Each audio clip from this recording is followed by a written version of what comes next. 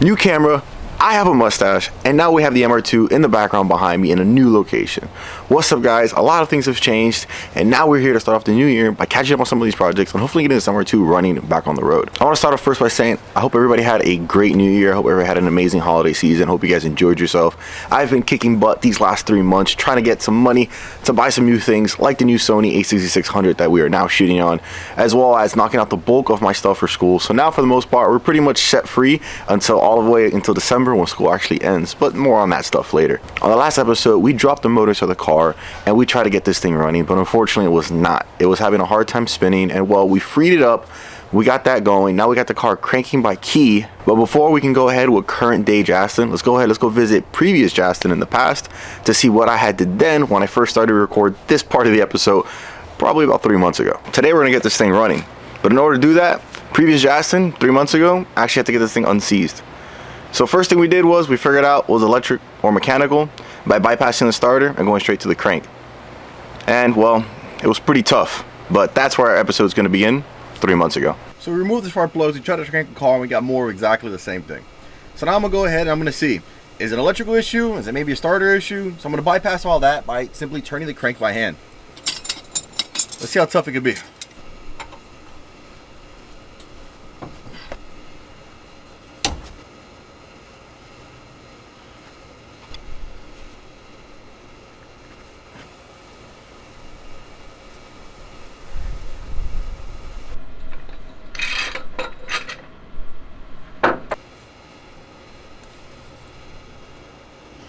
Now, as we can clearly tell, it's obviously really hard to spin. So considering that this motor's been locked up for a while, I went ahead and I spinned it a bunch of times to the point now it's actually somewhat easier to spin. So I'm gonna go inside, I'm gonna give the car a crank, and let's see how it goes.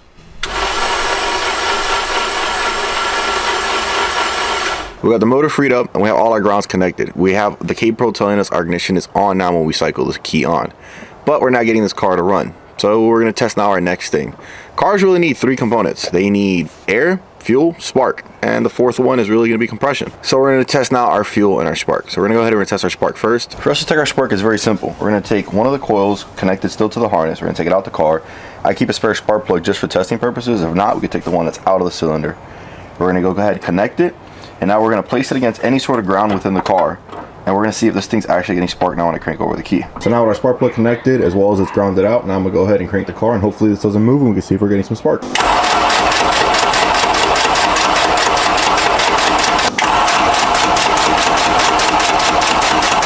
For those of you guys who know, working by yourself is quite difficult, especially when we're trying to check spark and crank the car at the same time. If you have a helper, this is easy. Just ask them to crank the car while you do whatever it is you need to do in the back.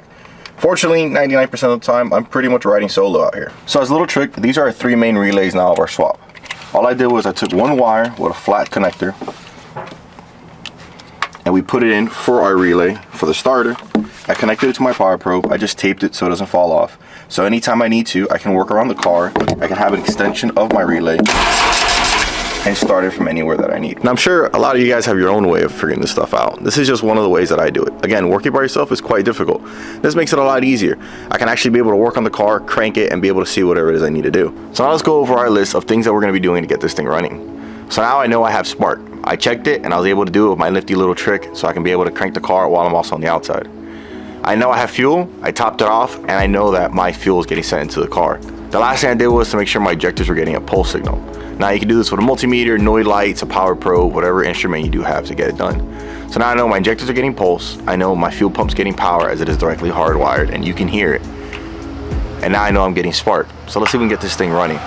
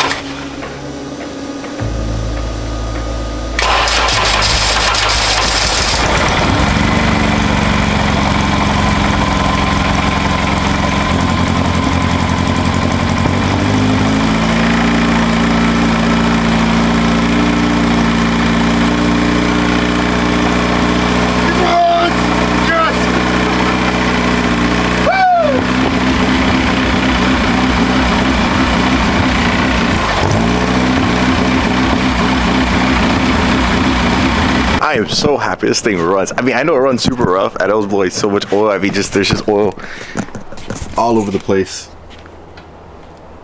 everywhere. But this thing runs. It finally runs. I'm so happy. So I mean, getting it running is, yeah, it's a big thing of a swap, and yeah, it feels cool, but realistically it doesn't really mean much of a swap. It can't maintain an idle very well. It can't maintain a coolant temperature because there's no coolant connected. It can't shift. It can't go into any gear. It can't drive. It doesn't have axles or hubs or brakes. It doesn't have anything, but it runs. So this is awesome. I mean, motor runs. It's very smoky. It's very oily. Yes, I put a lot of oil down the cylinders when I was just trying to get everything kind of fluid up, as well as I would add oil. It is a little bit of smoky when it does turn on, but that's mainly just due to the fact that I put a lot of oil when I was trying to just get the motor loosened up.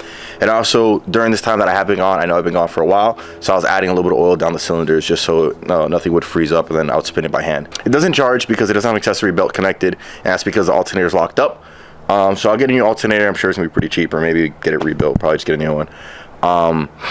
But other than that, like, it runs. Like, it runs. This is a big part of a swap. It runs. It's actually not that loud. The main critical component that I did forget was I don't have a factory 2-bar map sensor anymore. I actually have a Honda 4-bar. So make sure you remember what parts you put on your car when it comes time to put everything so they can manage your software. So I'm really excited. I'm gonna go eat and take this little victory, and we'll be back in a little bit. I'll eat and probably maybe start editing the video or something and see what else I missed so I could record after. But I'm so excited. Like, this is awesome. This is a huge step of a swap. Like, it runs and it looks really bad, but it does run. I mean, just look at this bay. I mean, I would be so embarrassed to open this up if this was my actual car, but it's not gonna stay like this forever. I'm going to get this thing buttoned up very quickly. But now that it runs, we can start focusing on the other things, like all the other systems that go connected to it, as well as getting the electrical looking a little bit better, and having this as a car where you're actually gonna open up the hood and not just that. So anyways, I'll see you guys a little bit. I'm gonna go eat. Peace out. All right, so now we have the car pretty much already running. Now we need to start buttoning up. So first thing I'm gonna do is I'm gonna clean up the mess on the inside, because we have all this wiring stuff. It's just a total nightmare. We're gonna go ahead, we're gonna clean some of this up. We're gonna use a little bit of YouTube magic, get it done a little faster.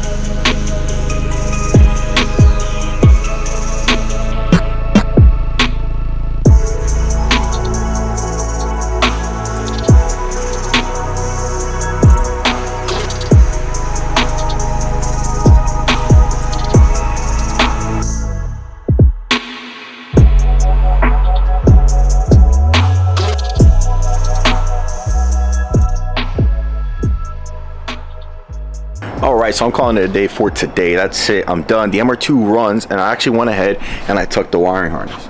So before, the wiring harness was looking horrible. We had a huge mess of wires in this general location. So I went ahead, I tucked everything. Everything's right underneath the intake manifold. Obviously, our injector wiring is still on top. I'm going to go ahead and probably swap out those big 2250cc injectors. I believe I have a spare set of 500cc injectors. We'll swap it out too. As well as we went ahead, little YouTube magic later, we cleaned up the inside as well. Also, I opted in and I ran, instead of running my engine harness through the hole where my trunk harness goes, I decided to run it through the trans tunnel. Try to keep everything a little sleeker so the engine bay, everything looks a lot better.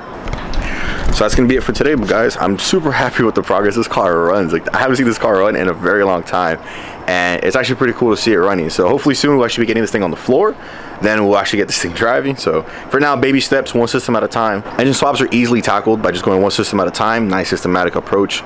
So for now, we're done. The car runs, the electrical system's done, the fuel system's done, but now we'll go see now for the next what system we'll do next. But anyways, thank you guys for checking it out. We're done so far with the bulk of our schooling, so we'll definitely be making some more content for you guys. And I appreciate you guys for watching, appreciate you guys for waiting. Thank you guys so much for your support. Enjoy your new year and go outside and work on something and build something awesome. Till next time, peace.